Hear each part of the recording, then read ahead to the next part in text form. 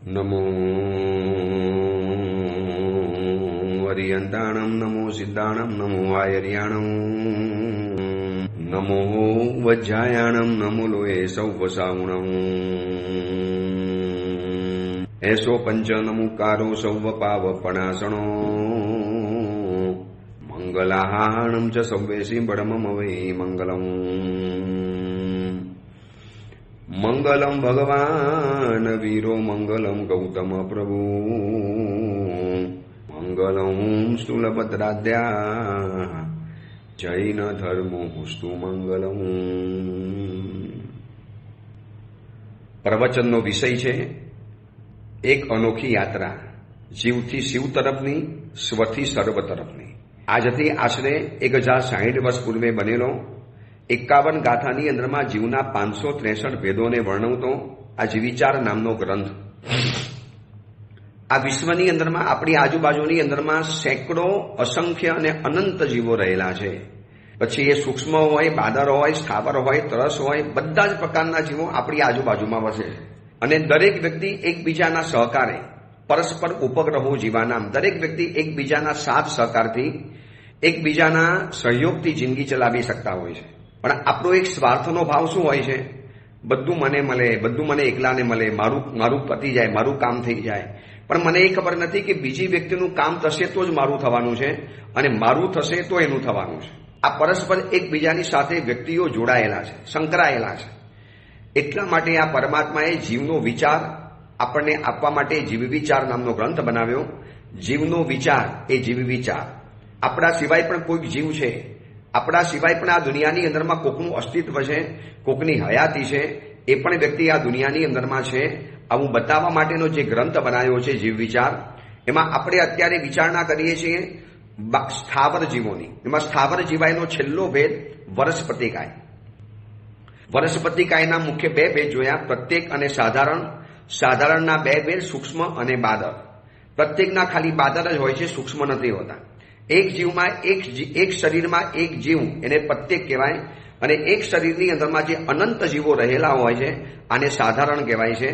અને આ સાધારણ જીવો જે બધા ભેગા રહેલા છે ને, એમાં જમીન કંદમૂળ, પછી આડું, લસણ, ડુંગળી, આદુ, સુરણ, રતારું, પેંડાલ, બટાકા, શક્કરચંદ્ર, મૂળના કન, લીલી હળદર, નરીગરી, ગાજર, અંકુરા, આ જેટલા પણ નામો કહેવાય છે, કુંવર, મોત, અમૃતવેલ, થોર, બીડ, આ બધા જે અલગ અલગ પ્રકારના છે, આ બધા સાધારણના જીવો કહેવાય. અનંત જીવો ભેગા આની અંદરમાં થાય. હવે જ્યારે આપણે કહીએ છીએ ને કે સાધારણની અંદરમાં અનંત જીવો છે, તો એ અનંત જીવો કેવી રીતે થાય, એ પણ એનું કોષ્ટક જાણવા જેવું છે.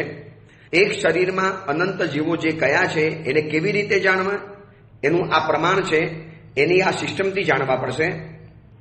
આ જે 14 રાજલોક છે, એ 14 રાજલોક રૂપી જે જગત છે, એના વિશે જેટલા પણ પૃથ્વીકાયના જીવો છે, આ 14 રાજલોકના વિશે જેટલા પણ અપકાયના જીવો છે, આ 14 રાજલોકની અંદરમાં પૃથ્વીકાયના જીવો, 14 રાજલોકની અંદરમાં અપકાયના જીવો, 14 રાજલોકના જગતની અંદરમાં જેટલા પણ તેવુકાયના જીવો છે, આ 14 રાજલોકની અંદરમાં જેટલા પણ વાવુકાયના જીવો છે, 14 રાજલોકના જગતની અંદરમાં જેટલા પણ પ્રત્યેક વનસ્પતિકાયના જીવો છે, 14 રાજલોકની અંદરમાં જેટલા પણ બેન્દ્રિયના જીવો છે, જેટલા પણ તેન્દ્રિયના જીવો, ચૌન્દ્રિયના જીવો, નરકના જીવો, તિર્યંશના દેવો, મનુષ્યના જીવો અને દેવના જીવો. બહુ ફરીવાર કહું છું, આ અનંત જીવો છે ને, એ સાંભળશો ત્યારે ખબર પડશે કે જમીન કન શું કામ ખાઉં છું, શું કામ મારે જમીન કન ખાવાનું, શેના માટે? ખાલી જીભનો સ્વાદ પૂછવા માટે? નહીં, મારા સાહેબ બહુ આનંદ આવે છે, બહુ અચ્છા લગતા હૈ, બહુ ટેસ્ટી લગતા હૈ. ભૈયા ટેસ્ટ નીકળી જવાનું છે. આ એક કંદમૂળ ઘરની અંદરમાં લાવવાના પણ કેટલા ભયંકર પાપો છે, એ વાત હું તમને આવતીકાલે બતાવીશ. ધ્રુજી જવાશે, આમ શરીરમાંથી કંપારી પેદા થઈ જશે. અરે આટલા બધા જીવો અને આટલું બધું પાપ. તો અનંત જીવો કેવી રીતે કહેવાય? સાધારણ વનસ્પતિકાયની અંદરમાં જે માઇક્રોસ્કોપ પણ આજે માપી નથી શક્યું, પણ પરમાત્માનું કેવળ જ્ઞાન આ બધી જ બાબતો બતાવી શક્યું છે. ફરી વખત બતાવું છું, 14 રાજલોક રૂપી જે જગત દેખાય છે, એમાં જેટલા પણ અપકાયના જીવો, પૃથ્વીકાયના જીવો, તેવુકાયના જીવો, વાવુકાયના જીવો, પ્રત્યેક વનસ્પતિકાયના જીવો, બેન્દ્રિય, તેન્દ્રિય, ચૌરેન્દ્રિયના જીવો, નરક 7 નરકના જીવો, તિર્યંચના જીવો, દરેક મનુષ્યો અને દેવોના જીવો, આ સઘળા જીવોને ભેગા કરીએ ને અને સરવાળો કરીએ તો અસંખ્યતા થાય, અનંતા નથી થતા. મનુષ્ય પણ અનંત નથી, અસંખ્ય છે. હવે એ બધા સઘળા જીવો કરતા અનંત ગુણા અધિક જીવો એક શરીરની અંદરમાં હોય છે, એને સાધારણ જીવો કહેવાય. વિચારી લેજો, એક નાનકડા કંદમૂળના દાણાની અંદરમાં કેટલા ભયંકર જીવો હશે, કેટલા જીવોને ખતમ કરી નાખવાના. આ કષ્ટ કદાચ ખબર ન પડી હોય તો ત્રીજી વખત એક વખત સંભળાવી દઉં છું, જેથી જન્મીનકન ખાનારા બટાકુ, ડુંગળી, આલુ, ગાજર, શક્કરિયા આ બધું જે મજેથી ખાનારા હશે એને ખબર પડશે કે શું મહાવીરનું આ તત્વજ્ઞાન છે અને શું મહાવીરનું આ સૂક્ષ્મ વિજ્ઞાન છે. એક વખત ફરીવાર બતાવી દઉં, આ 14 રાજલોક, એનું જે આખું વિશ્વ, આગે જગત, એ જગતની અંદરમાં જેટલા પણ પૃથ્વીકાયના જેવો છે, 84 લાખ જે યોની કહીએ, 7 લાખ પૃથ્વીકાય, 7 લાખ અપકાય, 7 લાખ તેવુકાય. તો આ પૃથ્વીકાય, અપકાય, તેવુકાય, વાવુકાય, પ્રત્યેક વનસ્પતિકાય, જેટલા પણ 14 રાજલોકમાં રહેલા છે, બેન્દ્રિયના જીવો, તેન્દ્રિયના જીવો, ચૌરિન્દ્રિયના જીવો, નરકીના જીવો, તિર્યંચના દેવો, મનુષ્યના દેવો અને દેવોના જીવો, આ બધા જ જીવોને ભેગા કરો તો પણ અસંખ્યાતા જીવો થાય. અને આ અસંખ્યાતાને અનંત ગુણોથી ગુણી નાખવાના. આ સઘળાઈ જીવોને અનંત ગુણે ગુણવાના અને એનાથી પણ અધિક જીવો એક સાધારણ શરીરની અંદરમાં જમા થયેલા હોય છે. વિચારી લેજો કેવી અજીબ જીવ સૃષ્ટિ છે. એક શરીરની અંદરમાં અનંત જીવો ભેગા થાય, ઠાંસીને ભરેલા હોય. હવે આ બધા જીવોને જ્યારે આપણે ખાઈએ, જ્યારે સમારીએ, જ્યારે એ લોકોનું કચુંબર બનાવીએ કે શાક બનાવીએ કે પછી આલુ પરોઠા, આલુ ભજીયા કે પછી આલુની કોઈ પણ આઈટમ જ્યારે વાપરવામાં આવે, એ વાપરતી વખતે આપણને કદાચ છે ને ખબર નથી કે આપણે અજાણતા કેટલું ભયંકર પાપો બાંધતા છીએ. જૈન કુલની અંદરમાં પણ જે કંદમૂળ પ્રતિષેધ હતો, જે કંદમૂળનો નિષેધ હતો, એમાં 2 રોકટોક કંદમૂળ હવે ખાવાનું શરૂ થઈ ગયું. 2 રોકટોક. આમાં તો એમ લાગે છે કે કોને કેવું, ગુજરાત હોય, મહારાષ્ટ્ર હોય કે કોઈ પણ એરિયાના માણસો હોય, એટલું સહજતાથી કંદમૂળ થઈ ગયું છે કે જાણે પાપ જ નથી આની અંદરમાં. બસ આ ખવાય, આમાં ટેસ્ટ આવે, આમાં મજા આવે. સાહેબ એ સિવાય શું ખાવાનું બીજું? એ સિવાય અમારે શું ખાવાનું? વાહ, આ દુનિયામાં આટલી બધી આઈટમ ખાવાની છે અને તમને એમ લાગે કે શું ખાવાનું? કેટલી બધી ખાવાની આઈટમ છે, તમે કેટલી બધી આઈટમ ખાઈ શકો એમ છો. હવે એક બતાવું છું કે કેટલી વેદના હોય છે સાધારણ જીવોને જ્યારે આપણે મારીએ છીએ ત્યારે. સાધારણ જીવોને જ્યારે આપણે પીડા આપીએ ત્યારે એના શું શરીરમાં વેદના થાય છે. હવે એ ધ્યાનથી સાંભળજો. 7મી નરકનું ઉત્કૃષ્ટ આયુષ્ય 33 સાગરોપમનું છે, 33 સાગરોપમ. 10 કોટી પલ્યોપમ બરાબર 1 સાગરોપમ. આવા 33 સાગરોપમ, એટલે વિચારી લેજો શું આયુષ્ય હશે, અધધ થઈ જાય. 33 સાગરોપમનું આયુષ્ય છે 7મી નરકની અંદરમાં. અને આયુષ્યના જે અસંખ્યાતા સમયો છે, એ અસંખ્યાતા સમયો હોય એટલી વાર કોઈ જીવ 7મી નરકમાં જાય અને એ પાછું ઉત્કૃષ્ટ આયુષ્ય રૂપે ઉત્પન્ન થાય. ફરી વખત એકદમ પ્યોર શાસ્ત્રીય વાત છે, ધ્યાનથી સાંભળજો. 7મી નરકનું ઉત્કૃષ્ટ આયુષ્ય 33 સાગરોપમનું. એ આયુષ્યના જેટલા પણ અસંખ્યાતા સમય છે, એ આયુષ્યના જેટલા પણ સમય, જેટલી પણ ક્ષણો છે એ આયુષ્યની, એ એટલી વખત કોઈ જીવ 7મી નરકમાં ઉત્પન્ન થાય, એ પણ ઉત્કૃષ્ટ આયુષ્યમાં. એટલે કે 33 સાગરોપમની અંદરમાં આયુષ્યવાળો 7મી નરકની અંદરમાં 33 સાગરોપમના આયુષ્યના જેટલા સમય છે, અસંખ્યાતા સમય છે, એટલી વાર એ નરકની અંદરમાં ઉત્પન્ન થાય. અને એ નરકમાં એને જેટલી વાર વેદનાઓ ભોગવી, એ બધી જ વેદનાઓને ભેગી કરી અને એને અનંત ગુણી કરવાની, અનંત ગુણી. એના કરતા પણ અધિક વેદના સાધારણ વનસ્પતિકાયના જીવોને સદાકાળ માટે હોય છે. વિચાર્યો કે આપણે એક કંદમૂળ ઘરમાં લાવ્યા, એક રીંગણું, એક બટાકું, એક ગાજર, એક શક્કરિયા, એક મૂળા, એક કંદ, જે આ બધું કાલે બતાવ્યું કે કોને કંદમૂળ કહેવાય અને કોને સાધારણ વનસ્પતિકાય કહેવાય. બસ ખાલી શોખ માટે લઈ આવ્યા. ઘણી વાર એવું જોયું છે કે મમ્મી પપ્પા ઘરમાં નથી ખાતા, દીકરાઓ મજેથી ખાય છે. ઘણી વખત ઘરમાં દીકરા દીકરીઓ નથી ખાતા અને મમ્મી પપ્પા ખાતા હોય છે. ઘણી વખત એવું જોયું છે કે મમ્મી પપ્પા દીકરા દીકરી નથી ખાતા પણ દાદા દાદી મજેથી ખાય છે. અમે તો ખાઈએ છીએ, અમને તો આમાં આનંદ આવે છે. હવે આ બધું વિચારવા જઈએ તો જિંદગીમાં જીવી જ ન શકાય, ખાઈ જ ન શકાય. બધામાં જીવો, તમે ભીંડો પણ ખાવ, જીવ નથી. અને બાબા ભીંડાની અંદરમાં બહુ ઓછી વિરાધના, અલ્પતમ વિરાધના, અલ્પમાત્ર વિરાધના. ક્યાં તમારી આ જીવોની વિરાધના 7મી નરકના 33 સાગરોપમના આયુષ્યના જેટલા સમય છે, અસંખ્યાતા સમય, અને એટલા સમય જેટલી 33 શાકરૂપમના ઉત્કૃષ્ટ આયુષ્યવાળો એક વ્યક્તિ 7મી નરકમાં ઉત્પન્ન થાય. કેટલી વાર ઉત્પન્ન થાય? તો કે 33 શાકરૂપમના આયુષ્યના અસંખ્યાતા સમય જેટલા, એટલે કે અસંખ્ય વાર ઉત્પન્ન થયા. આ અસંખ્ય વખત 7મી નરકમાં જે ગયો, ઉત્કૃષ્ટ આયુષ્ય રૂપે ઉત્પન્ન થયો, અને ત્યાં જે વેદના ભોગવી છે એ વેદનાને અનંત ગુણી કરો, એના કરતા પણ વધુ વેદના સાધારણ વનસ્પતિકાયના જીવોને છે. છતાં પણ આપણે મજેથી કંદમૂળ ખાઈશું, છતાં પણ હજી આંખના તેજ વધારવા માટે ગાજરિયા ખાઈશું, શક્કરિયા ખાઈશું. શરમ આવી જોઈએ. તીર્થંકર પરમાત્માએ કેવળ જ્ઞાનના દૂરબીન દ્વારા આપણને બચાવવા માટે આ ભાવો બતાવ્યા, આ વિચાર બતાવ્યો. આ સાંભળ્યા પછી હાથમાં પકડવાનું મન ન થાય, શરીર ધ્રુજી ઉઠે. આજ તક ખાતે હો તો તરત છોડવાનું મન થઈ જાય. અને આ પ્રવચન કહું છું એવા જીવોને મોકલજો જે તમારા દોસ્ત છે, તમારા પરિવારજનો છે, તમારા સ્નેહીજનો છે, તમે જેને ઓળખો છો, તમારા પરિચિત છે, જે હજી પણ કંદમૂળ ખાઈ રહેલા છે, હજી પણ જેને કંદમૂળ છૂટી શકતા નથી, હજી જેને કંદમૂળ છોડવા માટે તકલીફ પડે છે. તો એવા જીવોને સમજાવજો કે કેટલી ભયંકર કતલે આમ આપણે ચલાવીએ છીએ.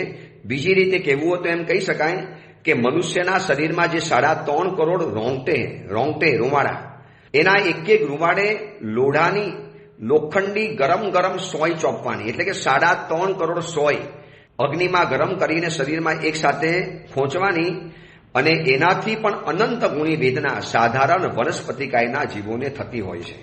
હવે આ જીવો તો ઓલરેડી પીડામાં તો છે જ. નાનકડા શરીરમાં આટલા બધાએ રહેવાનું. હવે એની સામે આપણે એને બારી નાખીએ, છુંદી નાખીએ, આપણે એને ચૂરો કરી નાખીએ, આપણે એનું શાક બનાવીએ, બટાકા, ડુંગળી, લસણ, મૂળા, આદુ, હળદર, આ બધા જ અનંતકાય છે. અને આ બધા જીવોને જો આપણે આટલી બધી વિરાધના કરીશું તો પછી કેવી રીતે આપણે આ સંસારની અંદરમાં જીવનો વિચાર કરી શકીશું? કેવી રીતે આપણે બીજા જીવોનો વિચાર કરવાનો? સૂક્ષ્મ સાધારણ વનસ્પતિકાય સાથે છેદન ભેદનનો વ્યવહાર તો નથી થતો, પરંતુ આ બધાની સાથે થાય ને, ગાજર બટાકાની સાથે થાય છે ને બાદર સાધારણ વનસ્પતિકાય. બાદર સાધારણ એની સાથે થવાનું જ છે. એના એક કણિયાની અંદરમાં, એટલે કે સોયની નાનકડી ટોચ ઉપર એનો એક નાનકડો ન દેખાય એટલો કણિયો લાગેલો હોય, એમાં પણ અસંખ્યાતા શરીરો હોય છે. હવે એક શરીરમાં અનંતા જીવો, એ ઉપરાંત બાદર પર્યાપ્ત સાધારણ વનસ્પતિકાયની જીવની સાથે બાદર અપર્યાપ્ત સાધારણ વનસ્પતિકાયના પણ અનંત જીવો રહેલા છે. એટલે તેથી તેની પણ હિંસા કરતા અનંતા જીવોની એ પણ હિંસા થવાની. હવે આ હિંસાથી બચવું હશે તો મનની અંદરમાં એક નક્કર અને કઠોર સંકલ્પ કરી લેવો પડશે. એક નાનકડી જિંદગી જીવવા માટે, એક પાપી પેટને ભરવા માટે શું મારે આટલા બધા જીવોને મારી નાખવાના? મારે આટલા બધા જીવોની કટલેઆમ કરી નાખવાની? મારું દયાનું શું?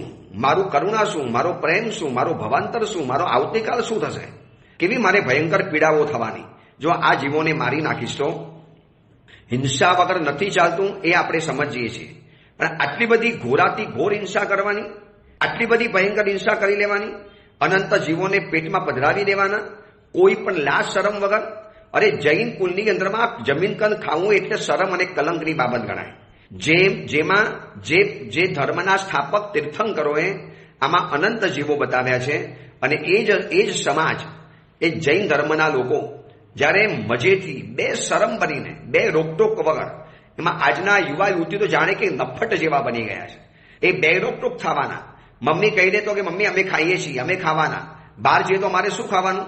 અમારે કશું જ નહીં ખાવાનું. પછી અમારા મિત્રો મજાક કરે, મસ્કરી કરે, અમારા મિત્રો અમારી ઠઠ્ઠા મજાક ઉડાડે છે. અરે ઉડાડવા દો. આવનારા ભાવમાં તમને તમારો મિત્ર કે સહેલી બચાવવા માટે નહીં આવે. આવનારા ભાવની અંદરમાં તમને સહાય કરવા નહીં આવે. ત્યાં દુઃખો એટલા એ સહન કરવાના છે. અને ત્યાં યાદ આવશે, અરે યાર આટલી બધી જીવોની વિરાધના કરી, કેમ મને કોઈએ ન સમજાવ્યો? કેમ મારું કોઈએ સુરક્ષા ન કરી? કેમ મને કોઈએ સાચી સમજણ ના આપી? ત્યાં ઘોર પસ્તાવો થશે. એના કરતા હજી પણ સમય છે, ચેતી જાઓ. હજી પણ સમય છે કે આ જીવોની હિંસા કરવાથી ફાયદો કશો જ નથી થવાનો. અને એક બીજી વાત બતાવી દઉં. રાગના ક્ષેત્રે વનસ્પતિકાય અને વિરાધનાના ક્ષેત્રે તેવું કાયથી સાવધાન રહેવાનું છે. વનસ્પતિકાયની અંદરમાં જેટલા પણ ફેરફાર થઈ શકે છે ને, રાગના ક્ષેત્રે વનસ્પતિકાય ભયંકર છે અને વિરાધનાના ક્ષેત્રે તેવું કાય ભયંકર છે. સૌથી વધુ વિરાધના શેમાં લાગે છે? તેવું કાયની અંદરમાં. પણ સૌથી વધુ રાગના સંકલેશ શેમાં થઈ શકે છે? વનસ્પતિકાયની અંદરમાં. આ હું તમે જે કપડાં પહેરીએ છીએ ને એ વનસ્પતિ કાય છે. આપણે અને તમે જે ભોજન રોજ ખાઈએ છીએ આ બધું વનસ્પતિ કાય છે. મકાન બન્યું છે પૃથ્વી કાયમાંથી, એમાં સ્નાન કરીએ છીએ અપકાયમાંથી, એનાથી ઠંડી હવા લઈએ છીએ વાવકાય દ્વારા, પંખા એસી દ્વારા. ભોજન વગેરે પકાવાય છે અગ્નિકાય દ્વારા, પણ ભોજન જે પકાવાય છે એ બધું જ આવે છે વનસ્પતિકાય. આ વનસ્પતિકાયની એટલી મોટી દુનિયા છે, એટલો બધો એમાં ફેરફાર થઈ શકે છે. તમને આજે મારે એ જ બતાવવું છે. એટલા માટે શાસ્ત્રોની અંદરમાં લખ્યું છે કે રાગના ક્ષેત્રે ભયંકર કોઈ તત્વ હોય તો વનસ્પતિકાય છે. એમાં એટલો બધો રાગ થવાની સંભાવના છે. સાચું કહેજો, સૌથી વધુ રાગ શેમાં થાય છે? વસ્ત્રની અંદરમાં અને ભોજનની અંદરમાં. અરે મકાન તો એક વખત છે ને બનાયા પછી રોજ ફેરફાર નથી થતો. વનસ્પતિકાયમાં તો રોજ ફેરફાર થઈ શકે. રોજ નવા કપડાં, રોજ નવું ભોજન, રોજ નવી ડીશ, રોજ નવું મેનુ, રોજ નવા આઇટમ્સ, રોજ નવા દ્રવ્ય, રોજ નવી વિવિધ વાનગીઓ. આ બધું વનસ્પતિકાયમાં સંભવ છે. છે કોઈ એવો અબજપતિ કે દુનિયામાં રોજ નવું ઘર બદલે? કેવી રીતે બદલી શકે? એક ઘર બનાયા પછી 50 વર્ષ એવું ને એવું રહેતું હોય. ડિઝાઇન ઓછામાં ઓછી 10 વર્ષ તો, અરે કલર વગેરે 10 વર્ષ તો રાખવો જ પડતો હોય. કોણ નવો રોજ ફેરફાર કરે? એટલે સૌથી વધુ રાગ થતો હોય છે તો વનસ્પતિકાયમાં. એકવાર એસી ફીટ કરી દીધું તો એનું કદાચ 5-10 વર્ષ ટકી જાય. પંખો છે, લાઇટ છે, મકાન છે, આ બધી વસ્તુઓ છે ને વર્ષોના વર્ષો ઘરની અંદરમાં ટકતી હોય છે. પણ રોજ ફેરફાર, રોજ જેમાં પરિવર્તન, રોજ નવા ચેન્જીસ તમે જો કરી શકતા હો એ ચેન્જ થઈ શકે છે માત્ર ને માત્ર વનસ્પતિકાયમાં. એટલે સૌથી વધુ ભયંકર રાગ પોસાતો હોય તો વનસ્પતિકાયમાં પોસાય છે. એટલે રાગના ક્ષેત્રે ભયંકર છે વનસ્પતિકાય, અને જ્યારે વિરાટતાના ક્ષેત્રે સૌથી ભયંકર છે તેવું કાય. તો આજે આપણે આ વનસ્પતિકાયની વિચારણા જરા વિસ્તારથી કરવી છે કે વનસ્પતિકાયનો વધુમાં વધુ ઉપયોગ થાય છે. વધુમાં વધુ સૌથી વધુ ઉપયોગ કરીએ છીએ આપણે વનસ્પતિકાયનો. જો મકાનની અંદરમાં તો રહ્યા એટલે આપણે એકલા નથી રહેતા, મકાનમાં તો બધા ભેગા રહેતા હોઈએ છીએ. પરંતુ ભોજન, મારા માટે શાક અલગ બનાવવાનું, મારા માટે આવા કપડાં અલગ, મારી આ ડિઝાઇન અલગ, મને તો આવી જ ફેશન ગમે, મને તો આવી ડિઝાઇન વાળા કપડાં ગમે, અથવા તો મને આ જ કંપનીના કપડાં ગમે, મને તો આવું જ ગમે. આ બધો ફેરફાર છે ને આજે જેટલું પણ થાય છે વસ્ત્ર અને ભોજન, ખાણીપીણીની દુકાનો વધતી જાય છે અને કપડાની દુકાનો વધતી. એમાં સુરત જેવાની અંદરમાં તો સાડીઓનું હબ છે. જેટલા પણ યુવકો મળે સાહેબ રોજ નવી ડિઝાઇન, રોજ નવા કપડાં, રોજ નવી વેરાયટી, ન લાવીએ તો બજારમાંથી હટી જવું પડે. લોકોને વધુમાં વધુ રાગ થાય, વધુમાં વધુ આસક્તિ પોસાય, વધુમાં વધુ રાગના સંકલેશ થાય એવી ડિઝાઇન રોજ રોજ રોજ શોધાતી હોય છે, બજારમાં ઠલવાતી હોય છે. શું હાલત થશે?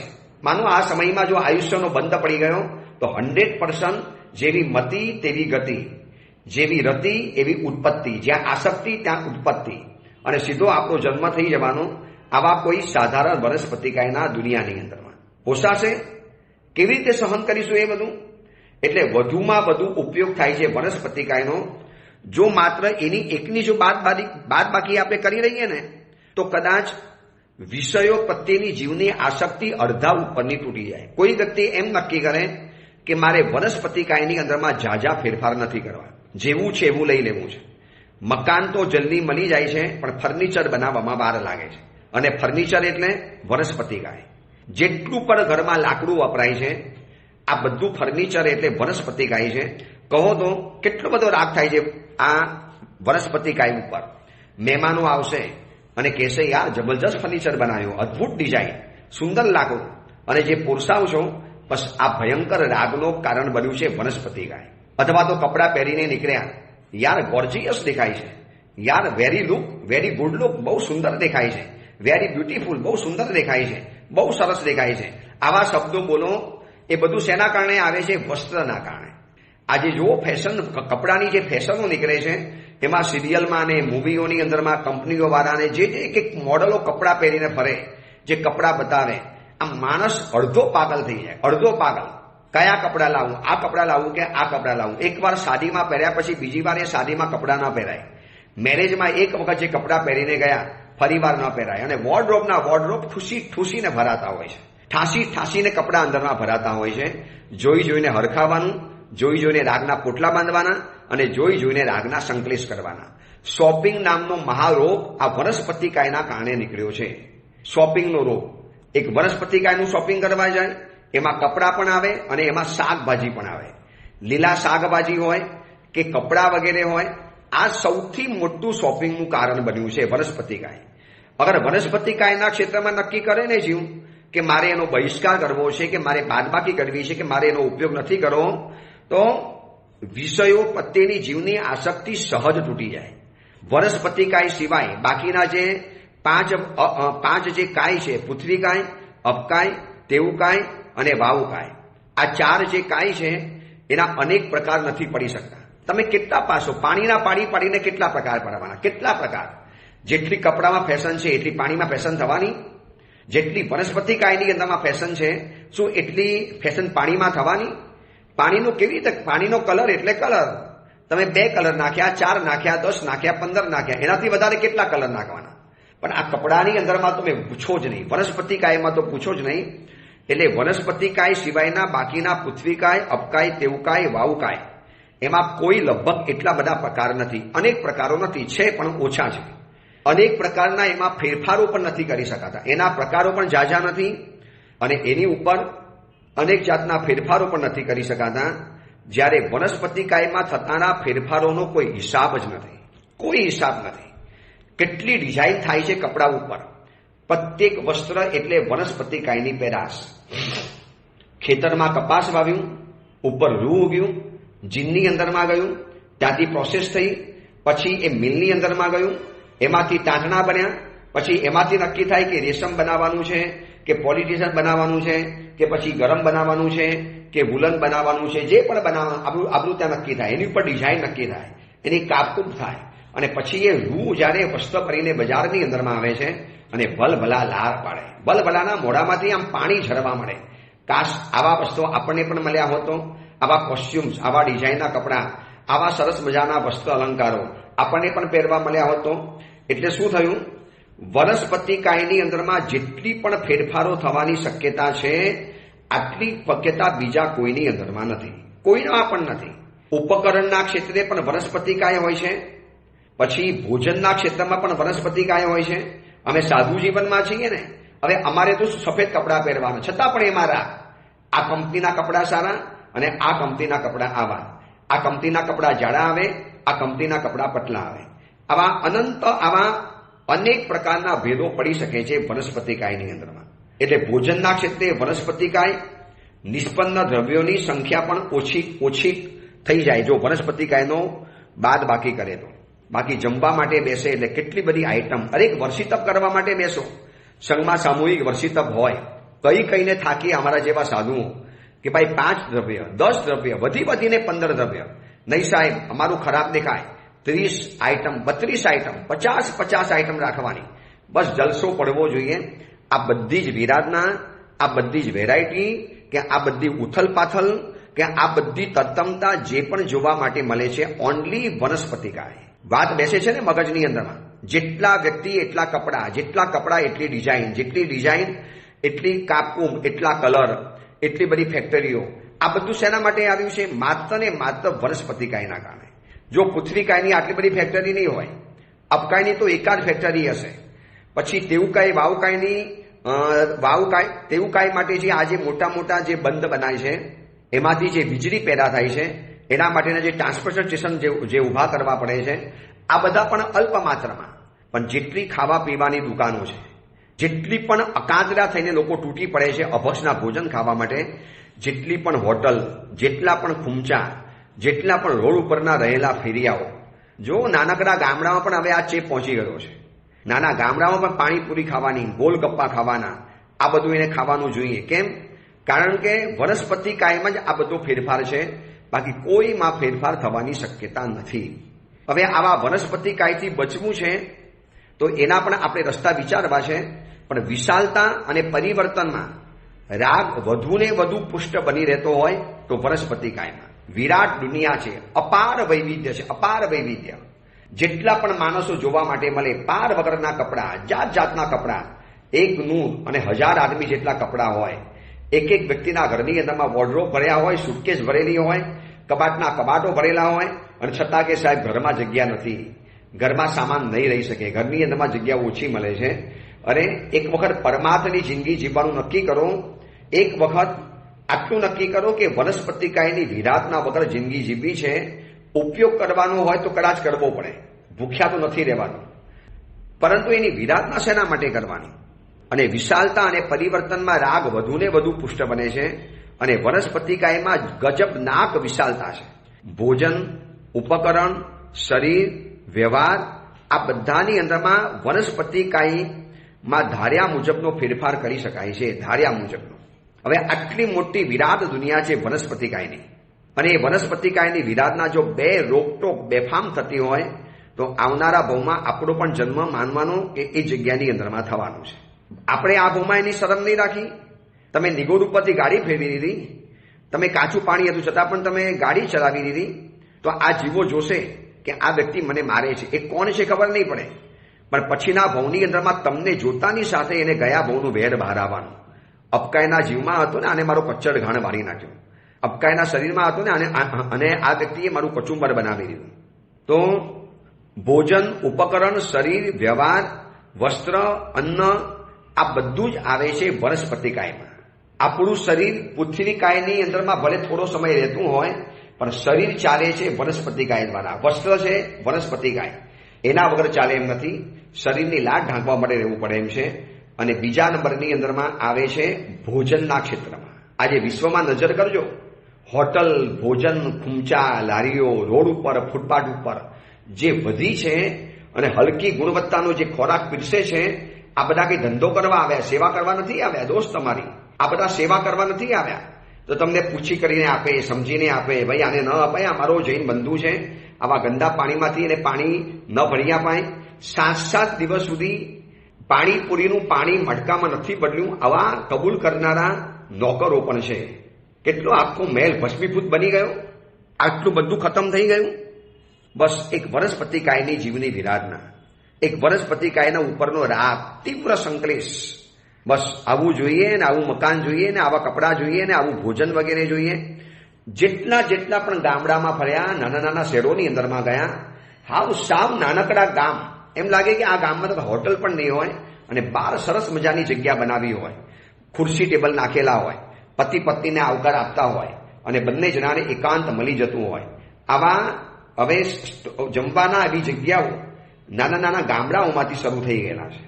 હવે આ વનસ્પતિકાયની આટલી મોટી વિરાટ દુનિયા કેવી રીતે બચીશું આપણે? એમાં ધાર્યા ફેરફાર થાય, ધાર્યો આકાર આપી શકાય, તમે ધારી રીતે એમાં મરી મસાલા નાખી શકો. એક વનસ્પતિકાયની અંદરમાં તમે જાત જાતના મસાલા નાખો એટલે કેટલો બધો રાગ પેદા થાય. કેરીની સિઝન આવે છે ને, અને કેરી ખાઈએ છીએ, મસ્તીથી અને મજેથી કેરી ખાઈએ છીએ. હવે આ કેરી ખાવાની અંદરમાં જે રાગના પોટલા બંધાય છે, એ ધ્યાન કોણ રાખવાનું, એની સંભાળ કોણ રાખવાનું? એટલા માટે આજે આપણે આ વિચારણા કરી કે વનસ્પતિકાયની દુનિયા તો બહુ વિરાટ દુનિયા છે, બહુ વિરાટ. ભલે જીવો બોલી નથી શકતા, ભલે આંખ કાન પગ નથી, પરંતુ એક શરીર તો છે ને એ લોકોની પાસે, અને એ શરીર આપણે એનું કચરી નાખીએ, ખતમ કરી નાખીએ, અને એ ખાતા કરતા આપણને પણ રાગ પેદા થાય, પરમાત્માની આજ્ઞાની વિરાટતાનું પાપ આપણને લાગે. તો આના કરતાં બહેતર છે કે મારે જમીન કંદ ખાવા જ નથી, મારે વનસ્પતિકાયની અંદરમાં વધુ પડતા ફેરફાર નથી કરવા. વસ્ત્ર જેવું છે એવું લઈને પહેરી લો, આ અમારા સાધુ જીવનનો નિયમ છે ને, જેવા વસ્ત્ર છે એવા પહેરી લેવાનું. કેમ આપણે ઝંઝટમાંથી ભગવાને મુક્ત રાખ્યા? ભાઈ આના જ માટે. આ બધી ઝંઝટ કરવા જશો તો આવતીકાલે તમે તમારી આરાધના કરવા માટે તૈયાર નહીં થાવ. એટલે વનસ્પતિકાયની આ જે વિરાટ દુનિયા છે એની અંદરમાં ભૂલામણી રહેલી છે. ભોજનના દ્રવ્ય અને વિશેષ કરીને વસ્તુના દ્રવ્ય, આ બેમાં તો આપણે કંટ્રોલ કરીએ. એના માટે ટંક નક્કી કરીએ કે આટલા ટંકથી વધારે નહીં ખાવાનું, આટલા ટંકથી વધારે મારે ભોજન નહીં કરવાનું. ચલો એ અંગેની બીજી મહત્વની વાત તો આપણે આવતીકાલે કરીશું. પણ આ જીવિચારના આ બધા પ્રવચનો એવી વ્યક્તિને મોકલો કે જેને આ બાબતની કોઈ જ કતાગમ નથી. ચલો કદાચ કોક તો એવા હશે કે જે જીવિચાર વગેરે ભણેલા હશે, એટલે એને ગુરુગમ દ્વારા જ્ઞાન મળેલું છે. પણ જેને જીવિચાર જાણ્યા જ નથી, જીવિચાર શું છે એ જ એને ખબર નથી, તો એ બધી વ્યક્તિને કેવી રીતે ખબર પડશે કે મારે કેવી રીતે બચવાનું છે? ચલો એ અંગેની બીજી મહત્વની વાત આપણે આવતીકાલે કરીશું. એ જ મંગલ કામના, મંગલ ભાવના. જીનાગના વિરુદ્ધ કાંઈ પણ બોલાય હોય તો મિચ્છામી દુક્કડમ.